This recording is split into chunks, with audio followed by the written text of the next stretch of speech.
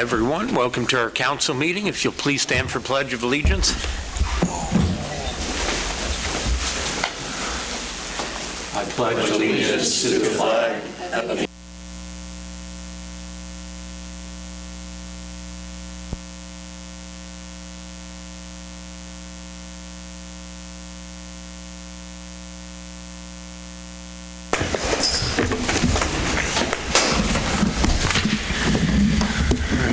John did call in, so his absence is approved.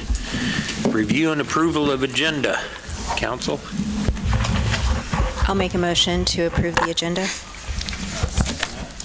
Motion made and second. All in favor, aye? Aye. Opposed? Thank you. Do we have anyone here tonight that wants to make public comments for anything not on the agenda? It's not on our agenda? Yeah. I can give you, let me read our statement and then I'll have you come up. Oh, man, I go up there. You do. It has to be from our podium. Persons who wish to address City Council regarding items on the agenda may do so as the agenda item is called. Persons who wish to address the City Council regarding items not on the agenda and that are under the jurisdiction of the City Council may do so at this time when called upon by the mayor.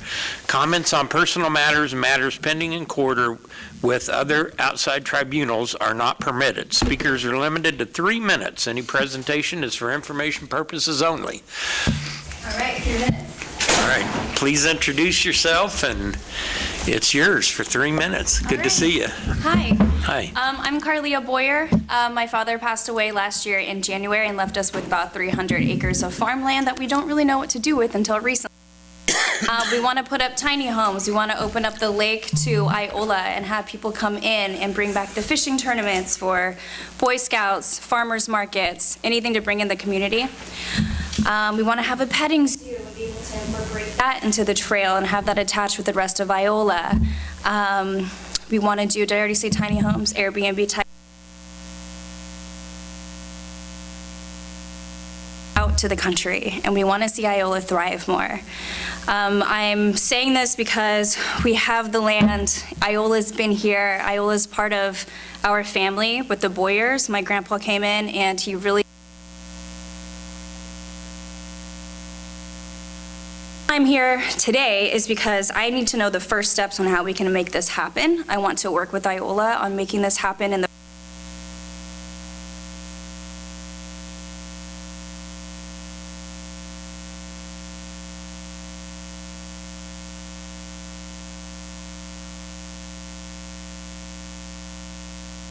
pressure will go down, or that there's just not enough water to get it out there. If anyone can help me understand that in 20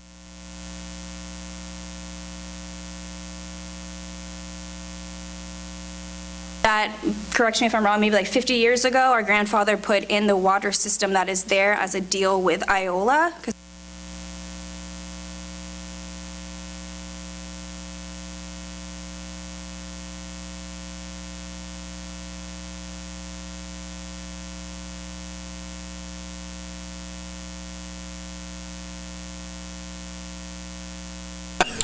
Okay. Oh. Thank you for your presentation. Yeah. Consent agenda, council. Any questions, comments, changes? I want to comment that the forfeiture report of this seized funds, there have been no seized funds in the past year. That's And what then- it looks yeah, like. and the- That's what it looks like, yeah. Yeah, and all the growth was from interest. So that's good. That's a good interest amount. It's not going to last. Yeah. Was there a recent change from the legislature regarding the drug tax stamp funds? That I think maybe starts in 2026. As far as? That's. We can ask a question. Well, I don't think anyone has an answer off the top of our head. Okay. We can ask Chief about that. Anything else? Can we get a motion to accept? I'll make a motion to accept the consent agenda. I'll second. Motion made and seconded. All in favor? Aye. Aye. Opposed?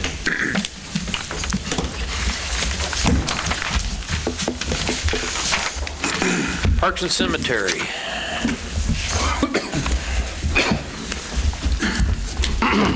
Good evening.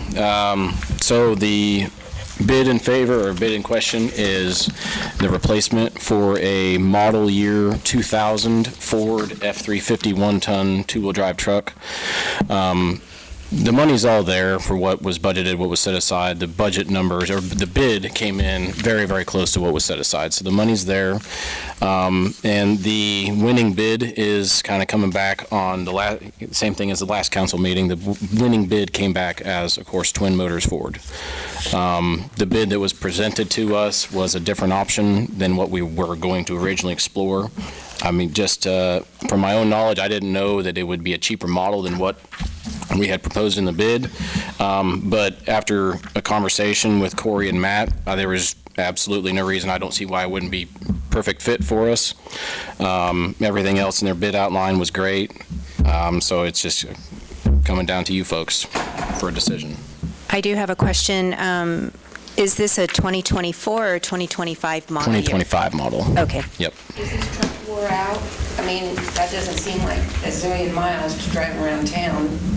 What mileage do you have on there? 2001 pickup for replacing? Yep, a 2000 model year. It's Is it having problems 125,000. 125,000 miles, and in this day and age? it does have some running issues that we've kind of been limping along, and the transmission is questionable. I just say it might shift a little hard from time to time, but I mean, other than that, we make the truck work, yes. But this was something that when Berkeley was previously here, when he changed some things in the budget, he decided that instead of replacing his unit, he was going to put forth the unit we would need the most, which is, this will be our main truck we use to open graves in the cemetery. So you'll be putting a dump bed on it? Yes, yep. Do you have that dump bed? Is it coming off this truck? or No, you right purchase it now, still? with the money's also there in the budget. I have done some research, and between going out to get different bids from a couple different companies, I have found a company called C5 Manufacturing out of Kingman, Kansas, and they have proposed, a fine bid, quote, because they're a smaller company. You're not going to pay the big name to like Nafhide or Galleon or something like that. So that's where the direction we're headed is. If we replace this truck, this truck would come with a regular truck bed on it. Barney has said he will remove that bed, and we would then hire out, get after quotes, this company from Kingman and put their dumping flatbed on it. The truck has to have a dumping bed on it. The bid, the way it was written to me, almost appeared that he would offer that truck, keep the bed, that way you got it cheaper. That's what he's going to do, Steve. Yeah, that's what it looked like to me. And the only difference in those trucks, for whatever reason, the box bed is basically a one-ton pickup with just a pickup bed on it.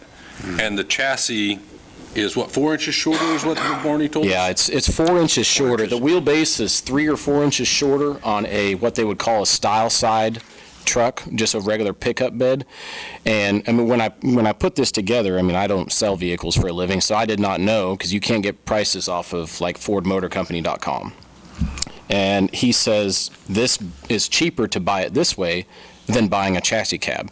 It's 3 inches shorter on the wheelbase and from the cab to axle distance, and it wouldn't affect anything we're going to do. The flatbed in question that we were looking at is 3 inches shorter than the bed that is currently on the unit that we're going to replace. Everything would work fine with this truck. The bed we're looking at, again, just The chassis cab that comes without a bed is longer than the standard pickup truck that you would take out and swap. it's by 4 inches. Yeah. Okay. I'll make a motion to accept the bid from Twin Motors Ford in the amount of $49,800 for the purchase of one-ton pickup, with the understanding the truck will be delivered by May 1st, 2025. Motion made and seconded. All in favor, aye? Aye. Opposed? One. Did you get it, Roxanne? Okay, thank you. Thanks, guys. Thank you. Thank you.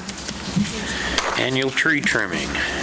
Mayor and council, we went out to bid again for our annual tree trimming project with the electric distribution side.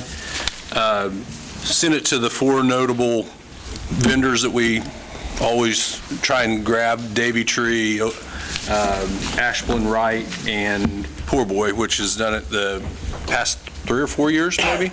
And then, which is nice, we also got one from Arbor Masters that was really high, but at least people are seeing it on the website. That was the good thing that I like to see. Out of the 4 I sent it to, I got 3, which was nice. You'll see in Poor Boys, they actually broke it down into 3 years. I would only approve the 1 year, and then we'll go from there, because it's getting really close to what Ashland is bid by the 2nd year if we did the 5% increases. I mean, it depends whose bid you're looking at. Right. And I only ask them to bid it 1 year at a time. So Poor Boy went out and added the 2nd and 3rd year on there. So my recommendation is to hire or to offer our contract to Poor Boy with the understanding, just like we would in previous years, if they're agreeable to the price stand the same in year 2 and 3, we'll keep it that way. If not, we'll rebid it again, because I do think we'll get really close to Ashland next year if things hold serve. Ashland only raised like 0.5% from what they bid last year to this year. So we're getting really close to the bigger name companies, I guess, in price. Do you know the percentage difference between last year and this year? For Poor Boys? 5%. 5%? Yeah, and that's exactly, if you math that out, it's 5% each year on those other 2 years too. So, and I base this, every year we base it on about 500 to 650 hours. That's just a guesstimate on our part of when they get started and when they finish. We've got 100,000 budgeted. This year we spent, Roxanne, probably what, 90, we got around 90,000 worth of cutting out.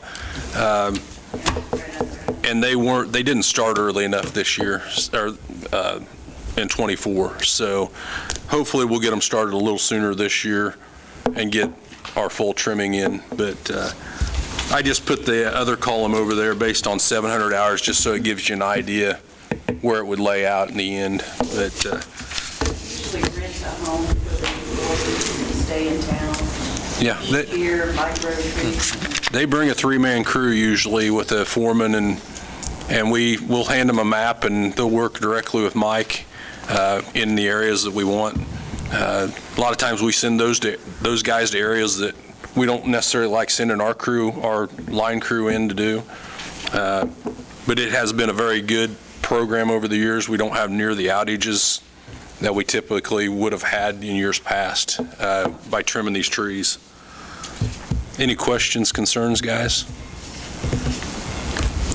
Make a motion to approve the annual tree trimming bid.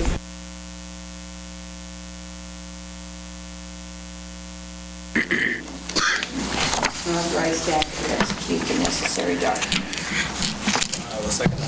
Motion made second. All in favor, aye. Aye. Opposed? Thank you.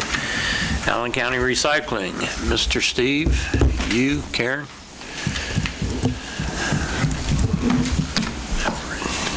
Right.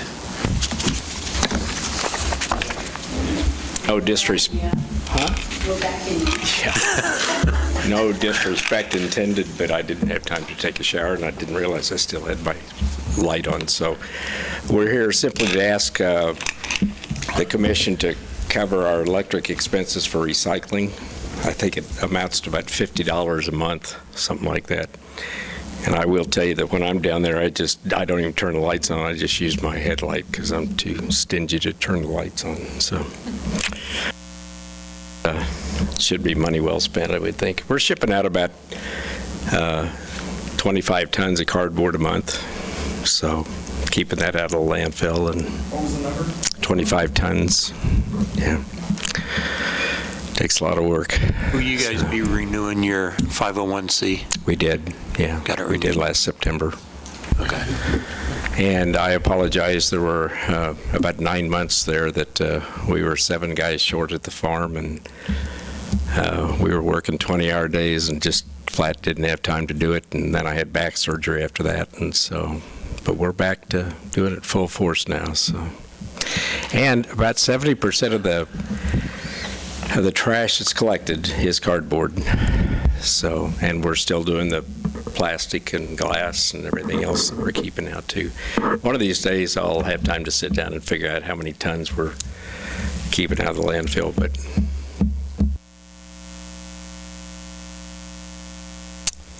Council, your wishes?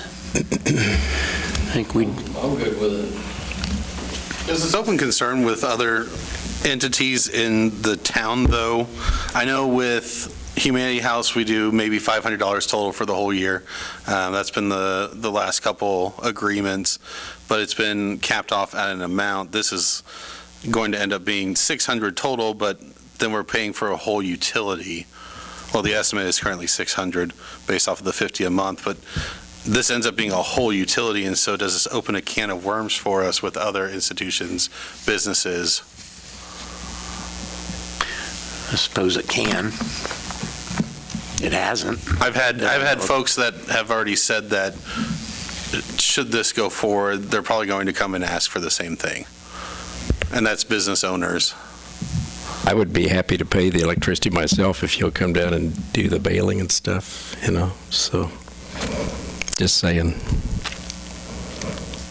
We have a lot of people from the community coming out. Yeah. Busy last Saturday. Yep. I'll say, I think the recycling program is something that I think a lot of people want, but nobody wants to pay for. This amount, in my mind, is really pretty affordable for the service that they're providing. And they're providing a public utility service. Gifting them an in-kind utility allowance, you know, for the service they're performing is, I think, reasonable.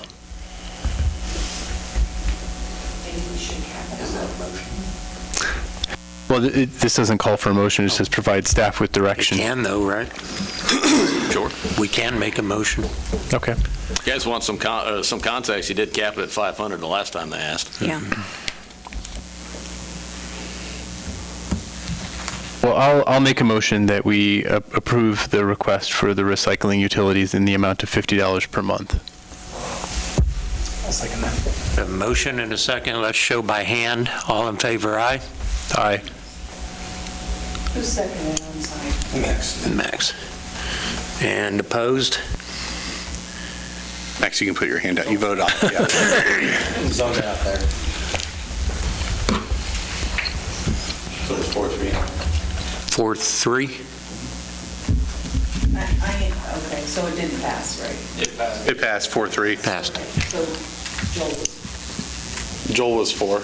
my concern is, so what if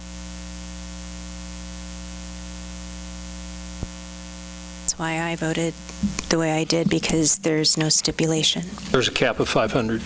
Was that the No, motion? it was $50 a $50 per month. month. So the cap is 50 a month for 12 months. Which would be 600. 600. Cap. How much do you, So is that, Correct. That's how the motion was made. $50 a month? Yes. But no one said $50 a month for 12 months. So there's my concern. Help me out on my... No, I think you're on.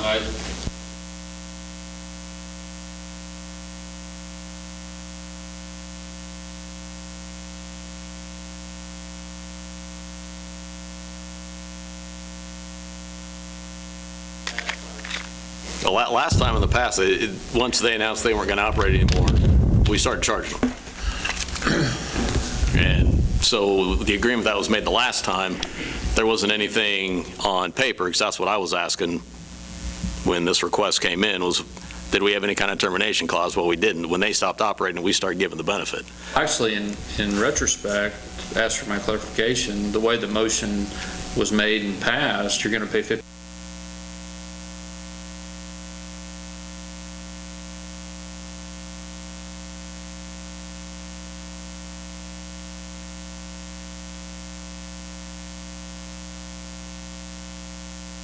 and the city's They're going going to to pay pay for it. 50. Yep. That'll go in place until the motion's made down the road. Put that through. The credit carries over. Common sense, correct? Yeah. In my opinion, if you want my.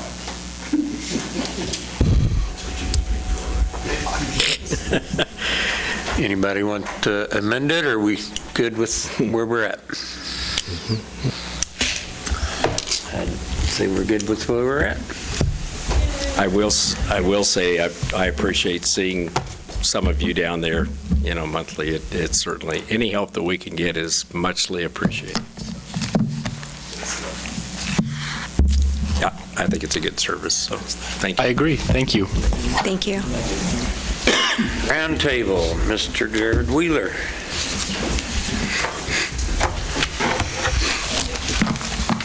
Good evening. Good evening, Mayor and Council. It's good to see you all here. Thanks so much for having me here this evening. First thing, I got a text from my wife, Dr. Kara Wheeler, and she let me know that my middle school son is currently in foul trouble in his basketball game. So he's playing defense with his hands and not his feet. It's got me kind of worked up, but we're going to push on and do the best we can. I blame Kara for that. Right. Sounds like yeah, a look Kara at me. thing. Don't I look like an athlete? She'll say, all right. Hopefully, you have all seen this report in some format. I shared it with City. They have, okay, it's in your packet. Corey, let me know. So you have this report, and you've all looked through it, I'm sure, really, really detailed. So I'm going to do my very best not to insult anyone's intelligence by reading word for word from this document this evening and try and be a good steward of your time. We're going to adopt elementary school rules here. When you see me turn a page, that's your cue to turn a page as well. I'll try and do so very demonstratively so that we can all follow along together. This report is given the contractual agreement that exists between the City of Iola and Thrive Allen County. And as the Economic Development Director, it's my privilege to come and share this report with you. Last year, our CEO, Lissa Regier, shared this report as I was still relatively new. I feel right now, honestly, like I represent those portraits of presidents after they've served a term or so, and you go, my, they've aged. So there's a little more white in the beard now, y'all. So, with all that said, I am happy to be here with you. Turning the first page, you can look and see a little bit about Thrive Allen County. I'm only going to list out the things that are pertinent to this gathering. We are a public health organization. In regard to economic development, we apply health as holistically as possible. So we approach economic development as community development. What's going to bring the most value and vitality to a community? That's where we focus a lot of our attention in the realm of economic development. It is not in the traditional economic development ideology of simply chasing and adding businesses. We're trying to do so in an appropriate format for our neighbors and friends here in Iola and throughout Allen County. You can see at the bottom of the page that looks like this, representatives of our Economic Development Advisory Committee include representatives from the county, from the city of Humboldt, from Iola Industries, and of course from Iola. That is your city administrator and assistant city administrator, Matt and Corey, who are here this evening. If you turn to the next page, that first block of text says participation. Thankfully, the city of Iola has contracted with Thrive Allen County to provide $50,000 annually. That money goes towards a fund that totals $117,000. That funds my office's entire economic development efforts throughout the county.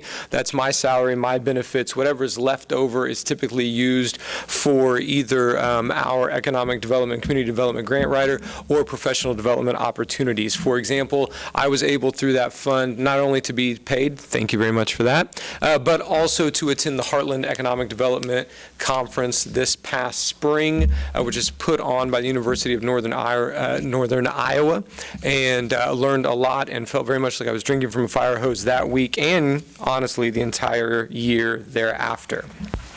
If you turn the next page to the table, Thrive operates primarily using grant funds. We have shown increase in giving by individuals and via sponsorships, as you can see at the very bottom of that table, but the majority of our funding comes from grants.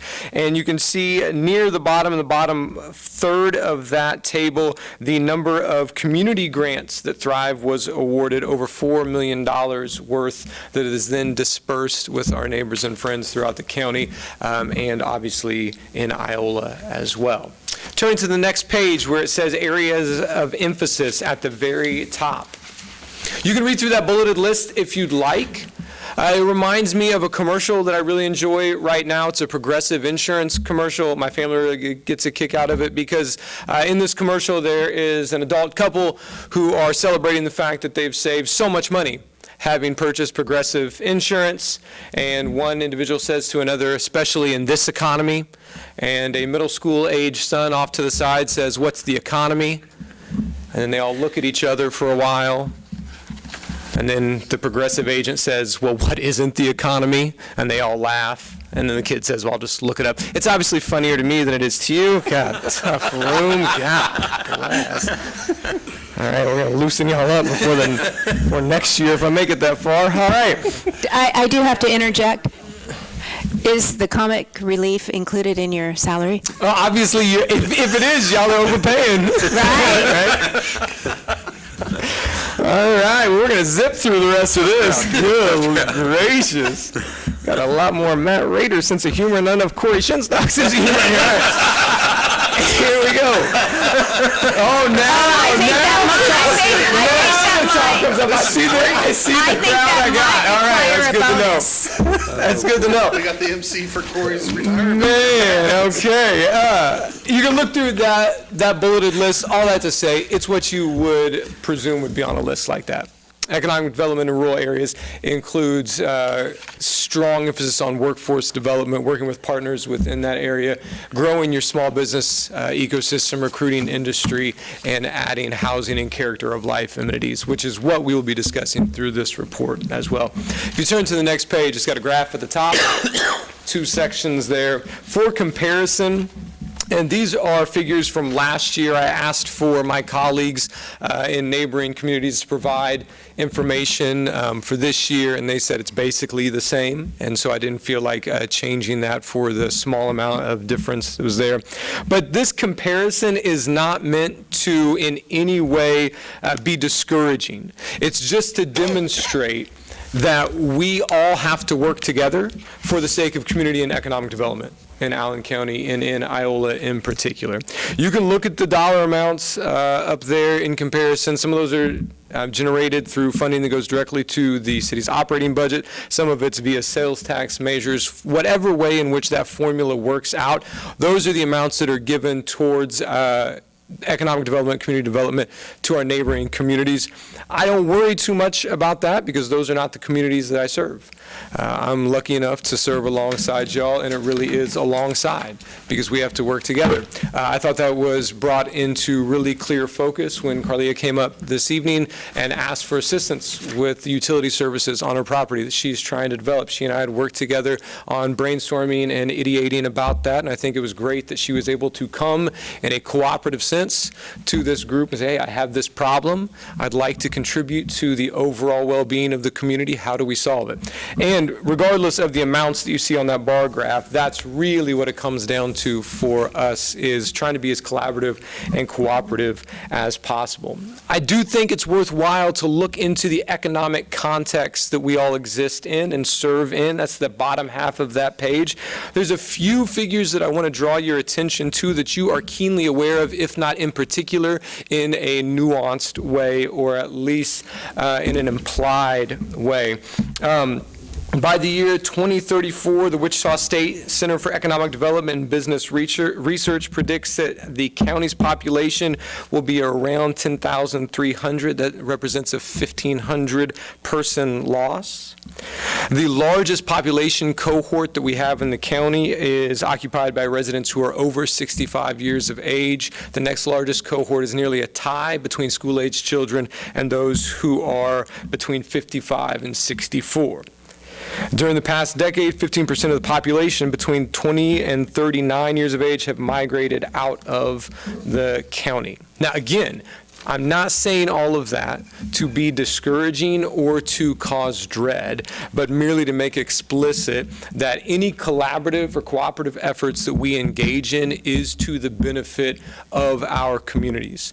The number one thing that I see as my responsibility is not even tied to a dollar amount, but is instead tied to the possibility whereby we could retain or add population.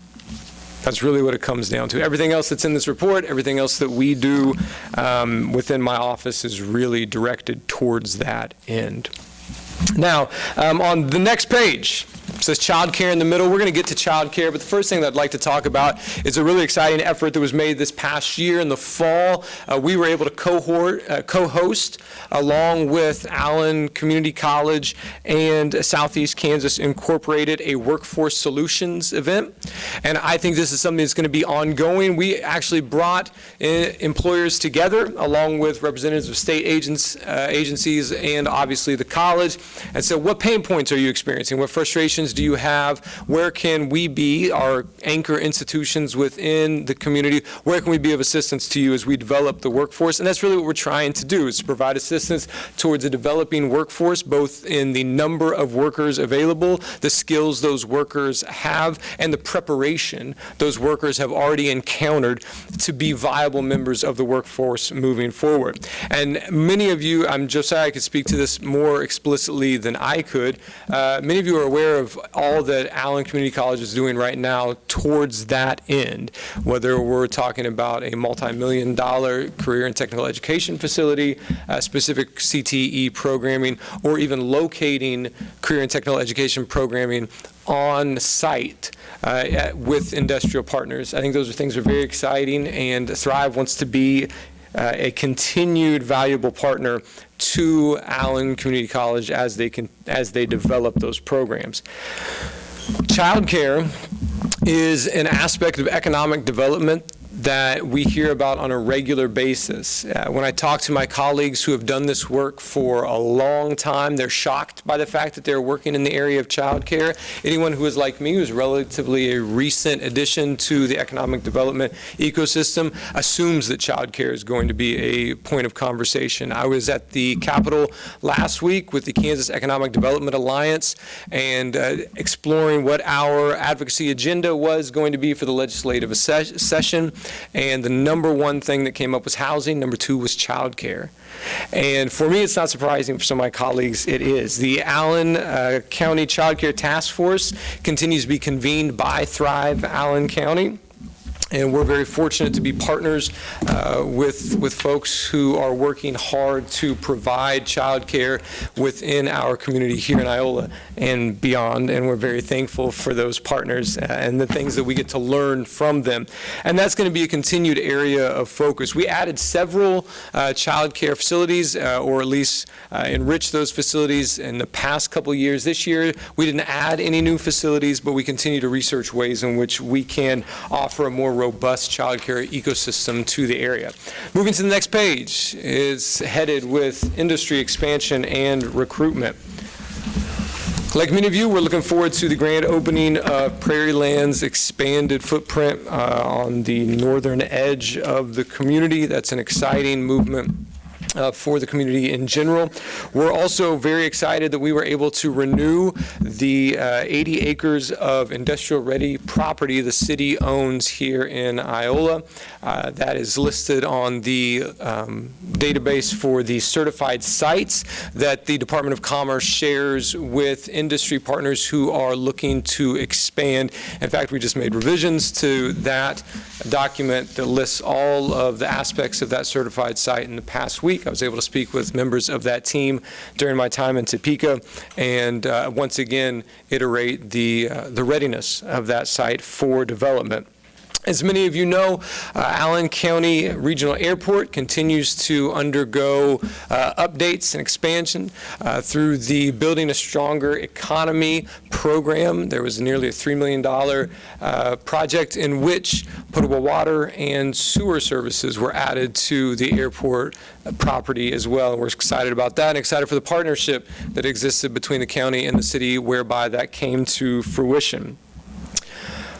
We regularly meet, when I say we, I mean members of Thrive Allen County, regularly meet with other members of Iola Industries, some of whom are represented here this evening, and that is an ongoing and fruitful partnership whereby we learn about industry opportunities and industry challenges that we face in the area. You can see at the bottom paragraph, I'm going to summarize very quickly.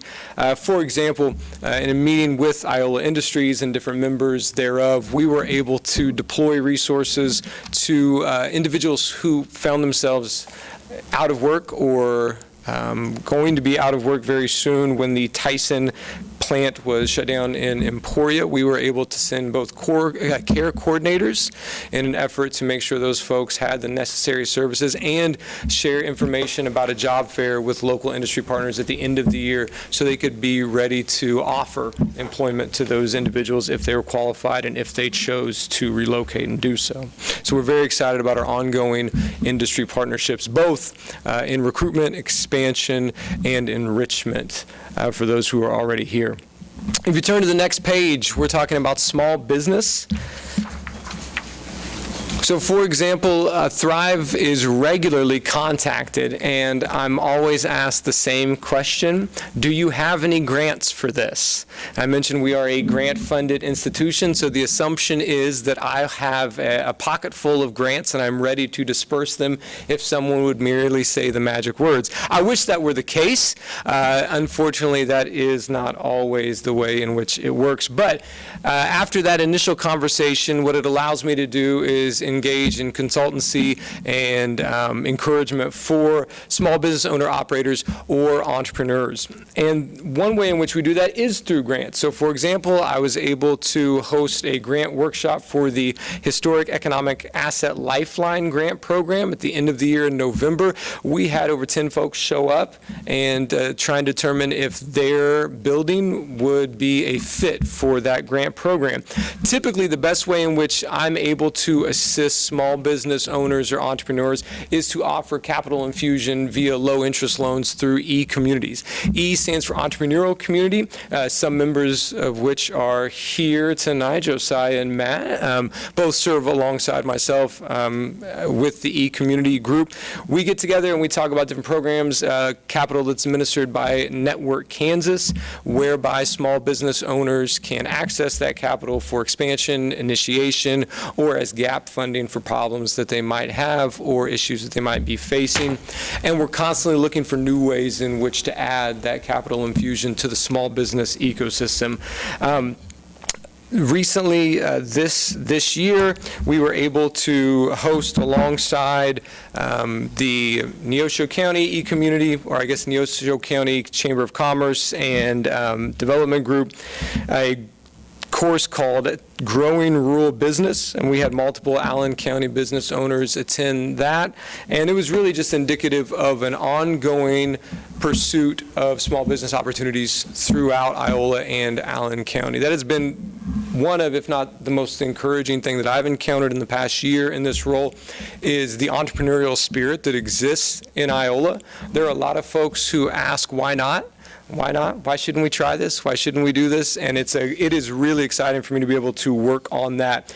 Obviously, one such expansion in the community that we saw this year was Wild Bloom Coffee Shop was able to launch their drive-through facility along the on Highway 169 in addition to their downtown location here on the square. So things like that are exciting, and they are typically not common in rural communities, and it's really it's wonderful to bring them to fruition, to come alongside folks who are working in that direction.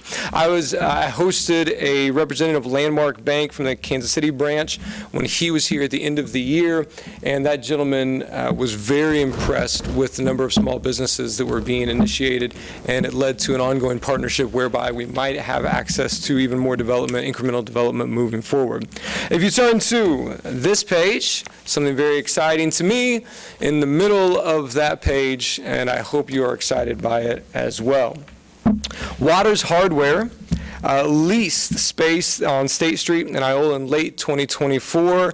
They will launch their business with a soft opening next week, and then have a grand opening later in the spring, presumably in April. I feel like this was a long process for me, and it was only about a year on my end. I know there are folks in this room who have been working to see a hardware store added to the Iola business ecosystem for a decade now. So it is really thrilling for me and humbling to see how that has come to fruition. And thank you to everyone who has worked on that, who has made themselves available for conversations, who have given advice, encouragement, and guidance as we have worked with Waters to bring that to being here in Iola. We are so excited. I am the guy, if you meet anyone who works for Waters, who has been efforting in that direction, asking about a strange individual peering in their windows, that's me. I've been doing it since they signed the lease agreement on almost a daily basis. But if you go by now, most of the windows are treated. It looks great. I want y'all better buy a hammer. That's all I got to say. Go in there. I don't care if you are handy or not. You're about to be. And buy a roll of duct tape. It does not matter. When they open, whether it's the soft launch or the grand opening, I think it would make a lot of sense for folks here in Iola to welcome them with their patronage. As you know, moving on down that page, housing. Housing is a topic of conversation across the country right now, and it has become an incredibly significant topic of conversation in the state of Kansas. The lack of adequate workforce level or workforce income accessible housing.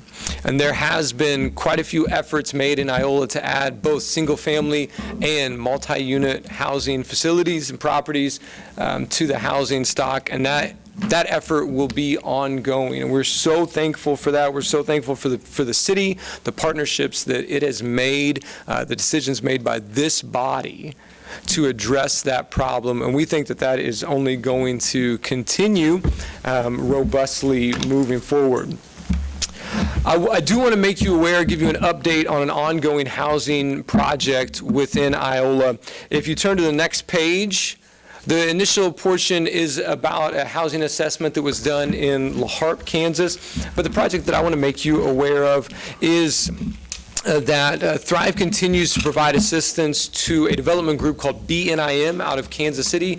You might know that they are seeking to redevelop the 3 former elementary schools in Iola. Their initial pursuit of low-income tax credits in order to recoup some funds for that project was unsuccessful.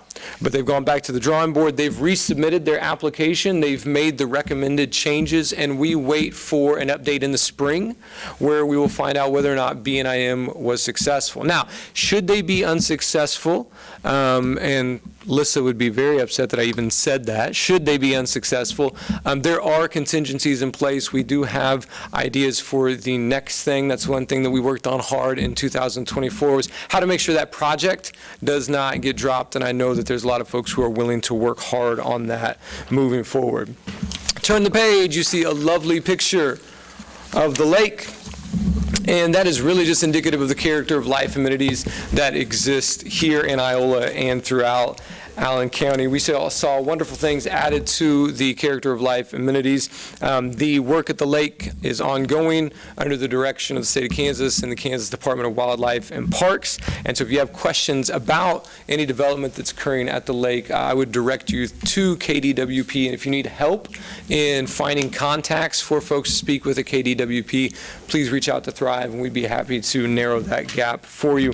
And also in our sister city of Humboldt, there were wonderful additions made. The Last Mile Trail came to, and the Whitetails and Wildlife Museum was added as well. Outdoor recreation, outdoor amenities continue to be a leverage point that brings people to Iola and Allen County to visit or to spend their lives here.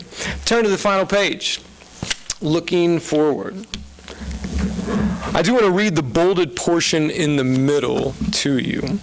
This is what we are committed to doing in 2025 and beyond. Thrive will continue to partner with Allen Community College and others to best address workforce friction points and help develop an ample employee cohort in every sense.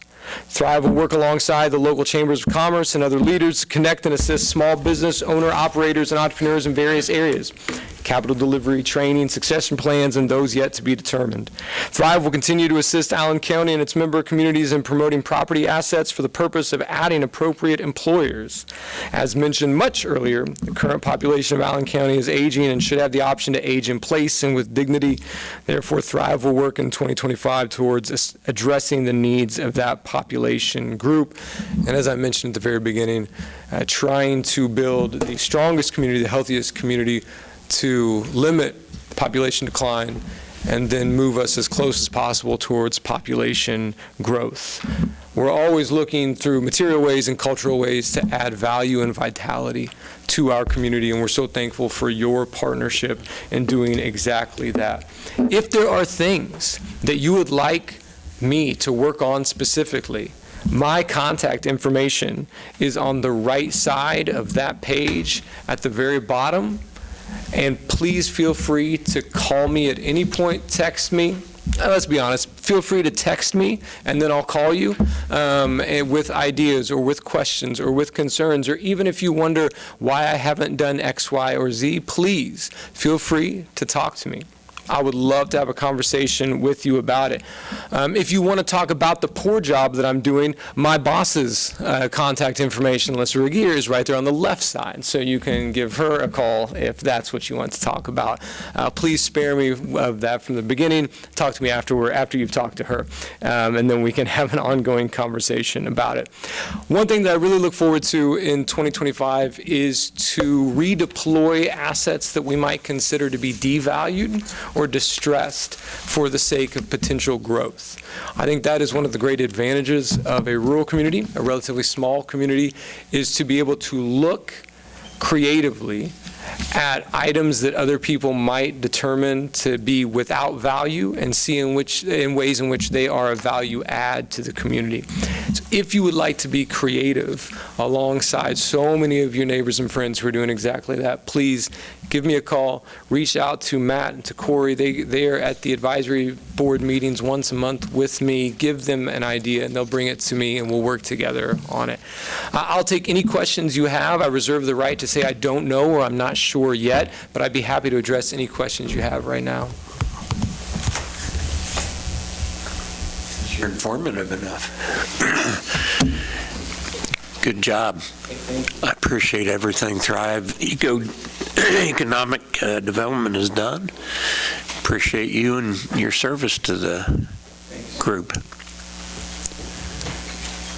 I just want to add on that.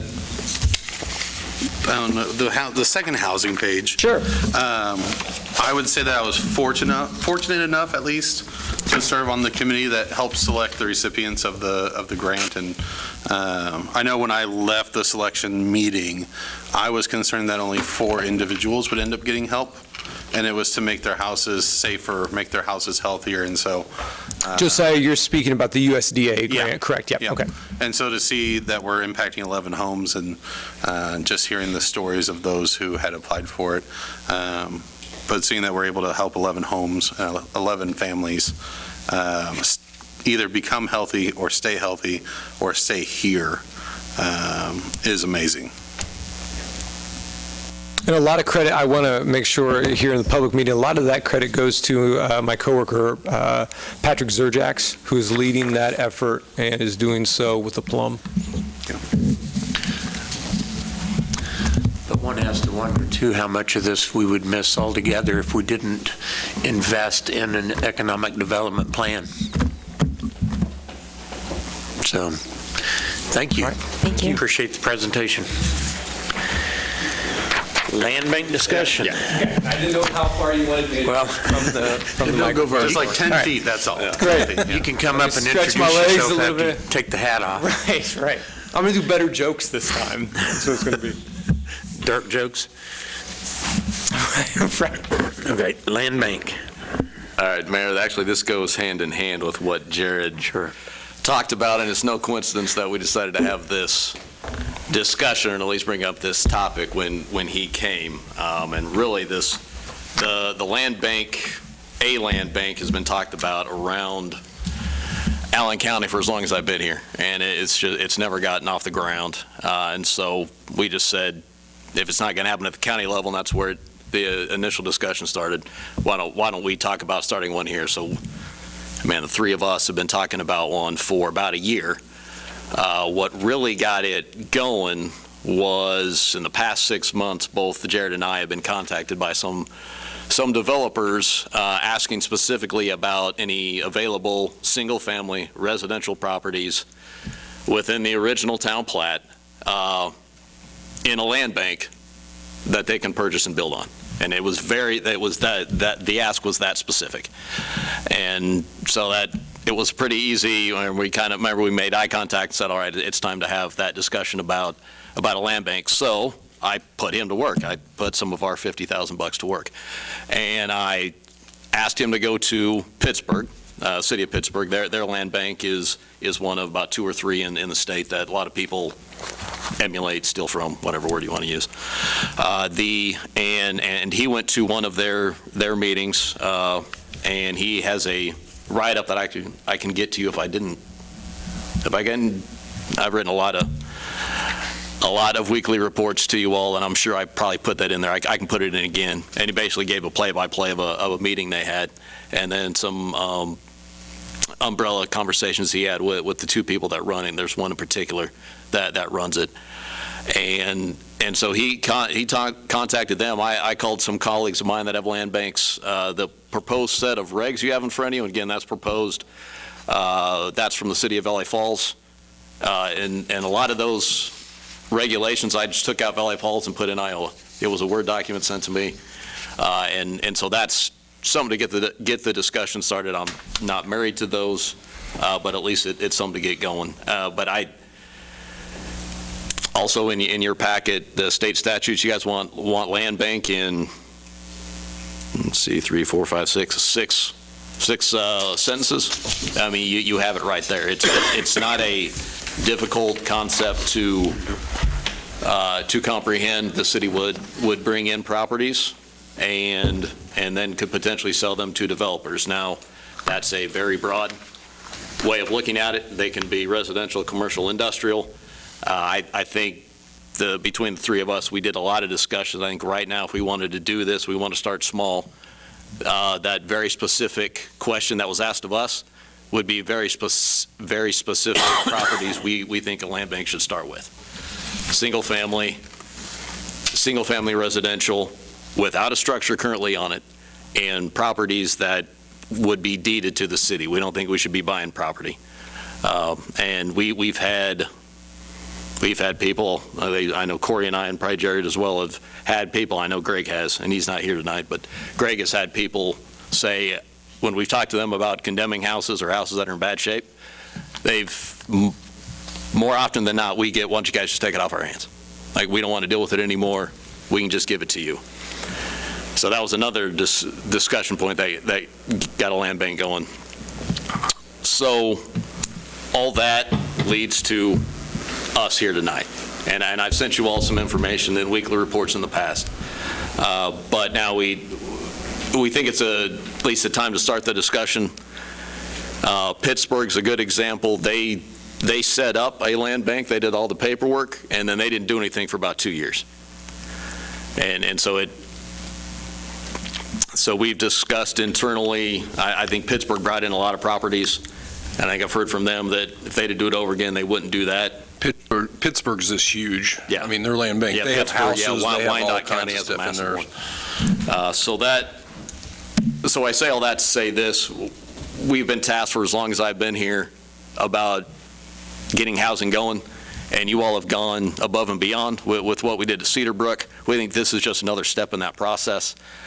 And boy, Jared, how many properties would we have sold to the guy from Kansas City, Kansas, if we had a land bank right there, and we had the authority to sign some over? Yeah. I think he would have made offers on 5 in an afternoon, and then asked if he could come back the next week. Yeah. At that point, and we're not being hyperbolic when we say that. I mean, this guy's ready to go, and he specifically asked us about the city's land bank. We didn't have one, and so he ended up coming, and Jared drove him around town, and I think there's some properties that caught his eye, but we don't have the authority to. So with the land bank, would there be, I guess, a board of whatever you want to call it? There'd be a board of trustees. It could be you all, I think, in the proposed regs. In the city of Valley Falls, it is the council. That would be your call. Let's see, Pittsburgh has an independent one. Independent Right. as in they're appointed by the Like our zoning and. Yeah, right. Well, and the benefit of the board that you're talking about, in whichever way in which it is iterated, you have the right of intentionality with the property, what you want to see going. Like Matt said, we're going to be very specific in the asks. It allows you to also really work hard to vet whomever is developing that property. And so on the very front side, you're going to have all of these stipulations in place, markers of progress, so on and so forth. But even from the very beginning, if the council is that board of trustees, if you see, if there's a proposal for what's developed and it's not what you all collectively think is a value add to the community, you're under no sort of pressure to say yes. You have the right of intentionality. Yeah, and Pittsburgh, they're called development agreements. They're basically contracts with the stipulations set out, and if people don't meet the tenets of the contract, they're in violation of the contract.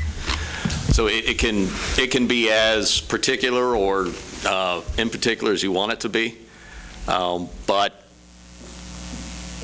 yeah, so that's why we brought it here tonight. And I think I've been open about the fact we don't know how this thing would go. If we did it, it would be run out of the administrator's office. Corey has enough to do, so this isn't something that's going to get dumped on him. This would probably be something that I would do. And I think, as I told you all, we just have to fly by the seat of our pants at the beginning of this thing just to see how it goes. We have heard horror stories about getting clean title on these properties. And I don't think it's a good use of my time to be calling descendants of heirs of other heirs and other descendants and trying to get deeds and all that stuff cleared up. But I also can't sit here and say that we need to hire one full-time employee to deal exactly with that. So if we do start this thing, it would be mainly run by me. Jared would help out as well. And I think Greg would help out in any way he can. Are any realtors involved in this situation? Well, the realtors in this town have been pretty aggressive when it comes to building homes in town. So I think they would be receptive to looking at some properties in town. In terms of, I didn't contact anyone. No, I think that, so for example, on Pittsburgh's Board of Trustees, there is a realty professional who serves on that board. So I think that's a way in which, if that's what the council would choose to do, a way in which to involve them. Once the property is developed, a home is built, if it needs to be brokered after that, I think it would be beneficial for realtors who are in the area. But I think it's up to the council how they choose to build that group of trustees out, whether it is the council or whether it's a different group. But I think that's a way in which they could be present. They could serve as an advisor to it in some fashion, if that's what the council chooses. But of course, once the property's developed and there's a structure on it, I think at that point, it's up to the developer how and when a realtor is involved. Yeah, and actually, Mayor, I have Jared's notes here from the time he went to Pittsburgh. They have a school district employee, either the superintendent or someone in his or her proxy, real estate professional, banker, construction, county employee, a legal professional, and then a member of, they have an EcoDevo advisory committee. So that's what, 7? They have a 7-member. So it's almost like every taxing entity has a representative. Yeah, and industry representatives from, pertinent areas, yeah. Yeah, we just see this, especially when this has always been something that has been talked about on the periphery, but we've heard horror stories about how these things take up time and there's, really no money involved. But when we had that developer contact us, frankly, I think we'd miss an opportunity if we would have had one.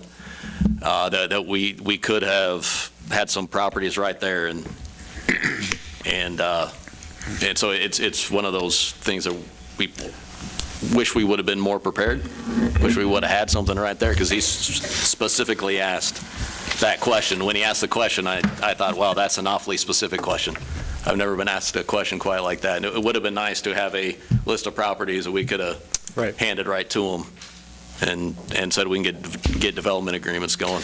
And to that point, that developer, I keep up with him, and he's currently building homes in Wyandotte County on property that he acquired from their land bank. From land bank. Yeah, and we keep in touch with the guy. We let him know. So again, I think it's a way in which you can leverage assets that other folks may not see value in. See an empty infill lot and go, gosh, there should be something there.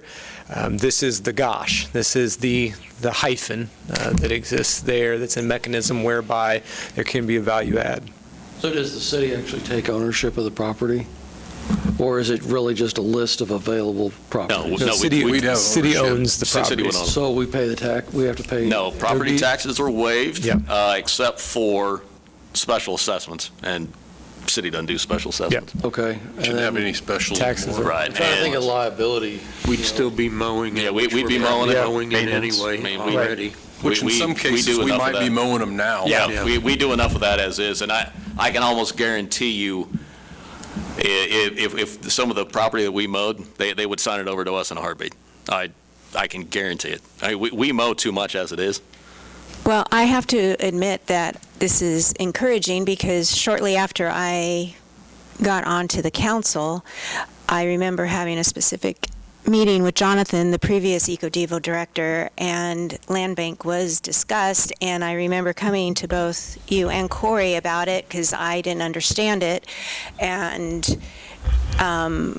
it was discouraged at that time, probably because of the fears of the extra time that was going to possibly be required. So I like seeing that we're going in this direction. I'd be interested in, at least if we were to go forward with this, that we at least start as the trustees and then branch off. And when I say we, whoever's elected as city council, start as the trustees, and then once it gets up and running, then we can look at maybe building out an actual board of trustees who are appointed and still answer to the council. Because I think it also makes available the opportunity for citizens to become more involved, which is always good, especially in small towns. So is this just a discussion? Yeah. Going to do something? Yeah. Well, I think we just need some direction like on what you guys want to see. Yeah. And the way I was saying is that if you want us to investigate this further, we will.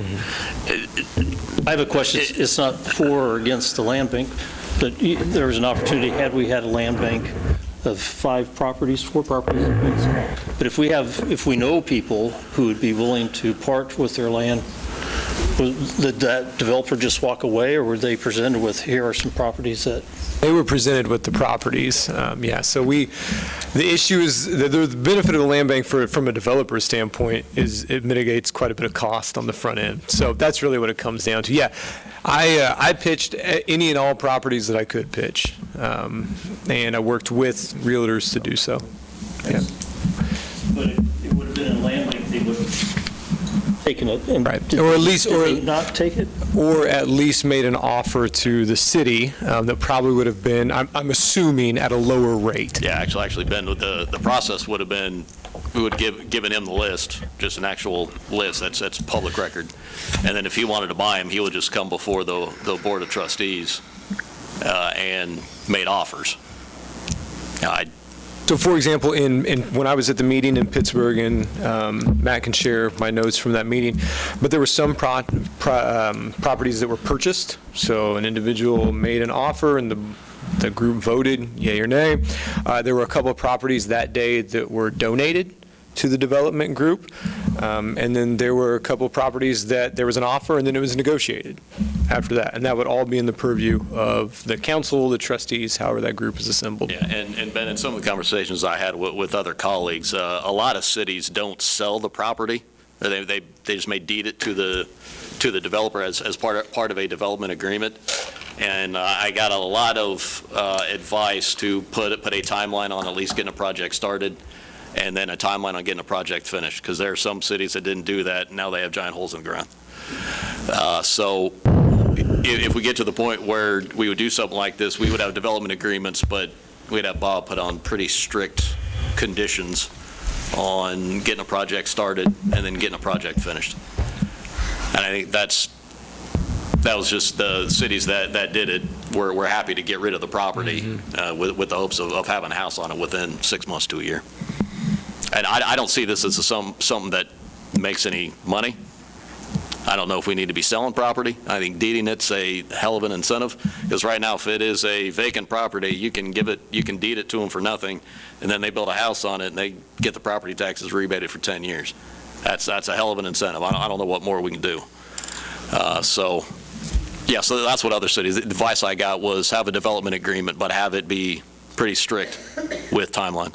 It's a tool to be progressive that we don't have right now, and you talk about retaining individuals, retaining population. If we're looked at as a progressive city that has those tools, because one of the problems I also see with a lot just sitting there is if somebody quit paying taxes on it 15, 20 years ago, those are just accruing and accruing and accruing.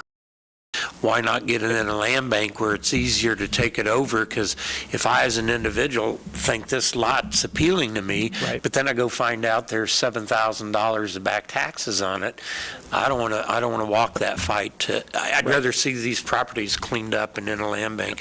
Right. And similar to what Joel said, 10 plus years ago, pre-Jonathan, Lissa kind of doing her thing with EcoDevo, we talked about land bank ideas then. So the idea's been floated. If we've got developers coming here looking, then it sounds like it's time we consider looking at this and get on board with another avenue of potential development properties. Anyone else? I would like to suggest that administration were to move forward with Jared in the conversation. Absolutely. I think everybody favorable of, let's continue to explore this? Yep. Looks good. Okay. Exciting. Thank you. Jared, I think you're good now. You redeemed yourself from the dad jokes. Oh, those are never going to stop. Well, you did ask the guys to go to Waters Hardware and buy duct tape, so you may want to take that one back. No way. It might be for you. I accepted to the Waters Hardware. We've been picking up 6 totes of cardboard a day.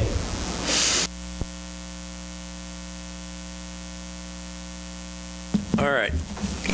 How many minutes? Executive session. Matt said 20. About 20? Yep. That was my Mayor, I'll move the city council recess in executive session for 20 minutes pursuant to attorney-client privilege, KSA 75-4319B2. The purpose of the executive session is to discuss potential litigation and shall include the mayor, council, city administrator, assistant city administrator, and city attorney. The regular meeting shall reconvene in the city council chamber at 7:28 p.m. I'll second. Motion made and second. All in favor, aye. Aye. Opposed? Thank you.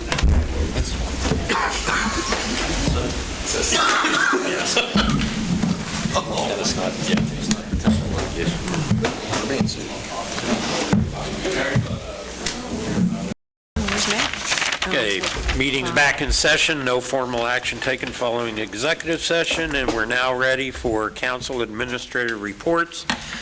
Josiah, we'll start with you. Congratulations to those with anniversaries and also on the promotion. I don't really have a joke to make about 9 or 8 years, so, because I'm pretty sure still in college. Other than that, just depending on how the weather turns out this week, please be safe. And an early thank you to all of our crew that will be out there in the weather. Good deal. Joel? Nothing tonight. Kim? Can someone let us know when you decide about Carlia's water problem? Yeah, I'll get with her. I told Jared, I think he's been talking to her. That's the first I've heard of it. I know it's outside the city limits, and the water line that we've got out there, we took over from an old water district, and it's kind of a hodgepodge because of all the... There's a lot going on, what you mentioned, and I don't know if the line's going to be big enough. That's why they're talking about pressure. Right. It's not the availability of water, it's there. Yeah. It seems there's a lot going on in what she had mentioned. That I'm not real sure. Out around the lake. I have not talked to her. This is the first I heard about it. Too. Now, there's a lot going on in that area too. We've got pretty good sized mains a half mile or a quarter mile south, but there's also a gap there that housing addition, the Berg addition, is not ours. We serve them water by master meter, so those mains aren't ours. And then we run up State Street, which is a really small, I want to say it's a 2-inch line. I could be wrong. So, I mean, we don't have a lot of, there's, what, five or 8 houses on it, so it's not big. Not to say we can't do it. I just need to know what she's, kind of the plan, and then, so, it was interesting. Yeah. We need to figure out, we got to figure out what exactly is going to go on out there.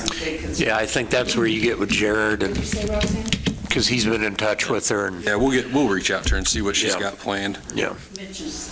Kim, anything else? I'm done, thank you. Congrats on the anniversaries and the promotions. Be weather mindful with the forecast. I would like to address meeting decorum.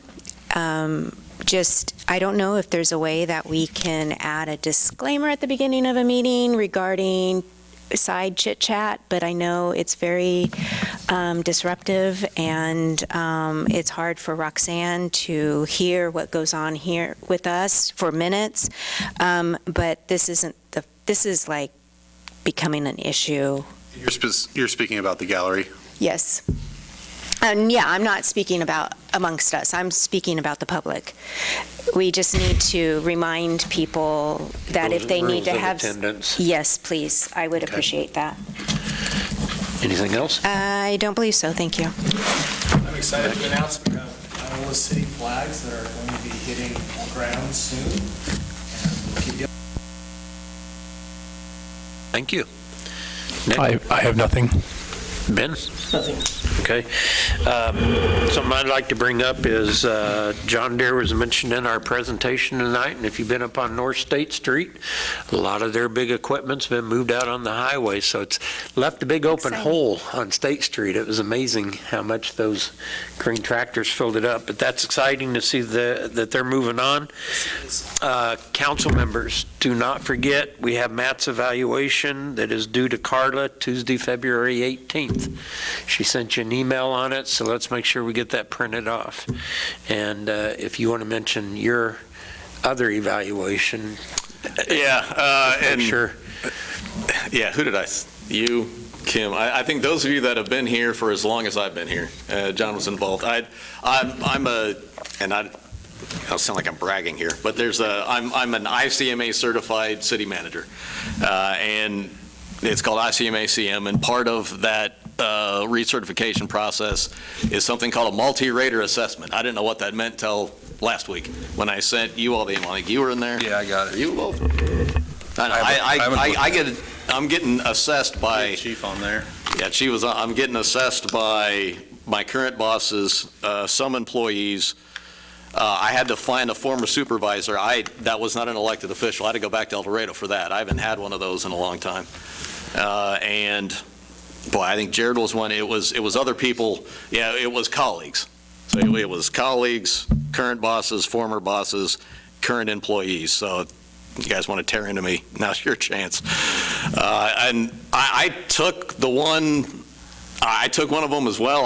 They're asking questions about how I supervise people and if they respond well. I don't know how they respond well, so I put down that everything's fantastic. So yeah, I want to thank everyone. Good response, Corey. I haven't even done it yet. I was out at the office. So. Well, and initially I thought some of you would see it and think it was a spam email, and that's why I was trying to be as clear as possible. And I appreciate your help. It's something that I have to do before April 1st, and I've been putting it off for about a year. And back to the evaluation for the city job, keep in mind that Carla indicated if you have any questions, just get a hold of her. So Carla's was not spam. Carla's was not spam. Yeah, I guess I need to refer back to some emails. So, well, good thing we marked as red. Oh, okay, good deal. Okay. The only thing I have, guys, I just give you a quick update on our utility crews have been busy even this fall or this winter with the projects between Allen and the state park. I'm hoping to get our guys in there at Allen and be laying utilities in the next couple of weeks. They're getting closer. And then we've got a little bit left of overhead to build and then out at the state park, but we're getting pretty close there. Both those are going to happen about the same time and just kind of finish about the same time as well. The airport project, I got an email from the engineer. We're still waiting on controls for the lift station, so nothing's been tested. It's not been finalized. As far as the grant and the money goes, it's all been finalized. It's all change order stuff now, but it's not in working order yet, and I think it's going to be probably this summer before the parts come in or the controls come in for it. So it'll be a little while yet on that. As far as the airport project goes, all the annexation's done. Greg and I are working on the rezoning and the plating process for the county, basically taking the lead on it instead of them applying. But to me, it just needs to be done. And the county said, hey, just do what you need to do to get it ready for us to move forward. So at your March 10 meeting, we should have the preliminary final plat and the rezone from R1 single family to industrial. So that's all I got, sir. Good, thank you. Matt? One thing, and I'm not picking on the United States Postal Service, but this is an issue that is being dealt with. Utility bills are they back in town now? So I've been told. Okay, so we've been told that the utility bills were in Kansas City, sitting there waiting to be processed back here. Now, we are not the only city in Allen County that's dealing with this. Humboldt's dealing with the same thing. So you guys might, our staff probably already has received some phone calls from people about not receiving their bill on a timely basis.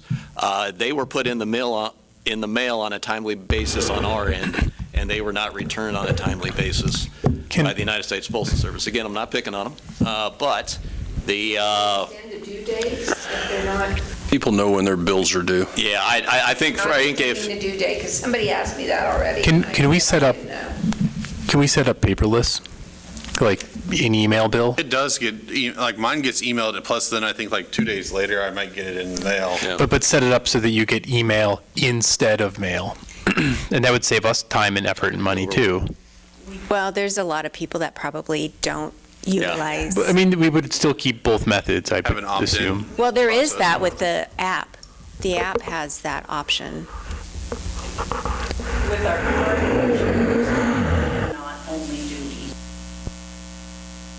get an email, if you like, you can access your bill 24/7. You can call us anytime. There is there has been over 50 years that states failure to receive this bill does not keep you from paying. It will be due on the due date. It will. Okay. And from what I understand, The post office received them on Saturday. They said they distributed them. I got mine. Zone 4. So Yeah, I got mine Saturday in the mail. So, they're staffing, they're having staffing problems. but You got yours this today. is the second time, at least for Humboldt, I'm guessing that it's happened just Oh, it's, past 3 months, and so I know that Matt says he doesn't want to. And I don't think it's just an area here. I think it's. I don't want to say it's our it's a postal broader system here in Iola. No, it's Kansas City But I think distribution. that, I think we as elected officials do need to voice our complaint to Kansas City or to DC, because it is impacting people, and they just seem to toss it off to the side when it's going to There's impact been news reports us. about Atlanta and Kansas City, just to name a few. But I think this is an opportunity for us to speak up for those who voted for us, to say that this isn't okay, and that bigger brother needs to take a look into what's going on and fix it, because that's what they're supposed to do. I would love to, Nick, eliminate the cost of postage. Yeah. On several. It just seems like, man, that would save us a ton of effort. It's just the cost of the new software. I haven't convinced. You got me convinced a long time ago to go to version 10, so. But I just- also have concerns with older people and navigating the computer and stuff like Well, that. and we would still do that. Yeah, yeah, or access to the internet. Have it be an opt-in. But we really don't have an option for, like me, mine's a direct draft for my water bill. I still get it in the mail, which is really a waste. I mean, Right, it's redundant. and I think my wife gets an email as too, but, Who are older, Right. are on direct draft, want to see that bill, and know how much is coming out of their account. right. And I do.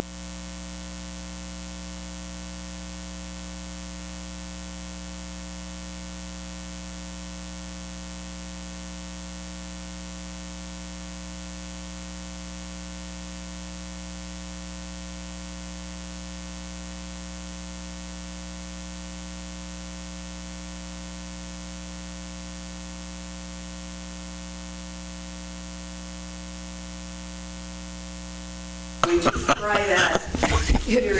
A first-class postage stamp should make it a priority. $4 per envelope. Yeah, so it's one of those deals, we'll find out if it becomes an issue, but this might not be the last time we talk about it either. Do we need to talk about, it sounds like people are going to get their bills late. Bills, will be paid late as a consequence of that, through no fault of their own, even though it does say on there for the last 50 years they're not getting the bill. But that's going to be an issue. Do we need to talk about creating a week furlough Ooh, or something? that's opening a can of worms. I know. I wouldn't. Yeah, Because they're going to say, oh, I didn't get it, or my dog ate it, or... It's not like it's a 1 month thing. This is. I'd rather start hammering Schmidt, Moran, and Marshall Right. to be looking into the issues that continue. I'm pretty sure everyone didn't get the city of Iola. Okay. I mean, I hate to set that precedent, because how do we know, I mean, Unfortunately, it's something that could be abused. yes, Yeah. that are there.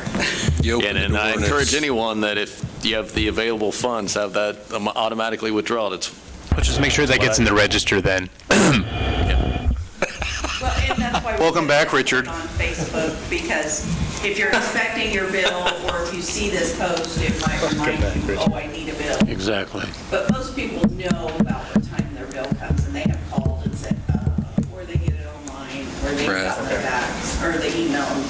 It's alerted them. Okay. It's all gas city.